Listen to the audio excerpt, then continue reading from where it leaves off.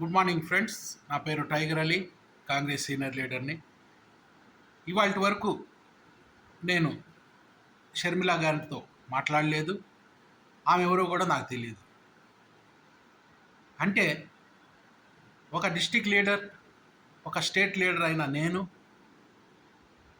అలా చెప్తున్నానంటే ఇంకా మామూలు సామాన్య కార్యకర్త పరిస్థితి ఏంటి? ఈమె ఎవరికి అందదు,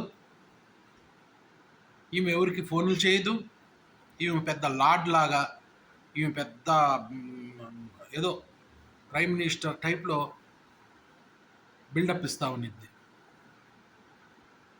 మీకు తెలీదా? మీకు తెలీదా ఎవరెవరు కష్టపడుతున్నారు, ఎవరెవరు పెడుతున్నారు అవన్నీ చూసిద్ది. ఈమె కార్యకర్తలకి అసలు పట్టించుకోదు.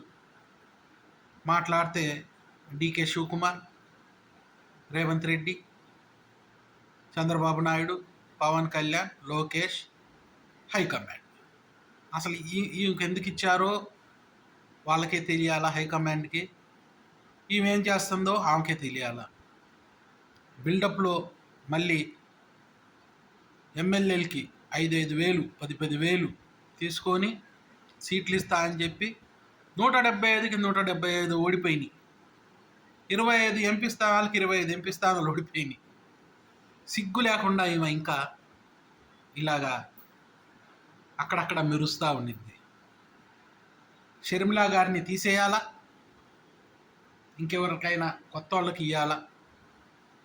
అప్పుడే కాంగ్రెస్ పార్టీకి ఇక్కడ కనీసం సింగిల్ డిజిట్ సీట్స్ అన్నా వస్తాయి. లేకపోతే నెక్స్ట్ 2029 ఎలక్షన్కి కూడా ఇంతే ఉండిద్ది. సెంట్రల్లో కాంగ్రెస్ గవర్నమెంట్ వచ్చినా సరే ఇక్కడ రాదు.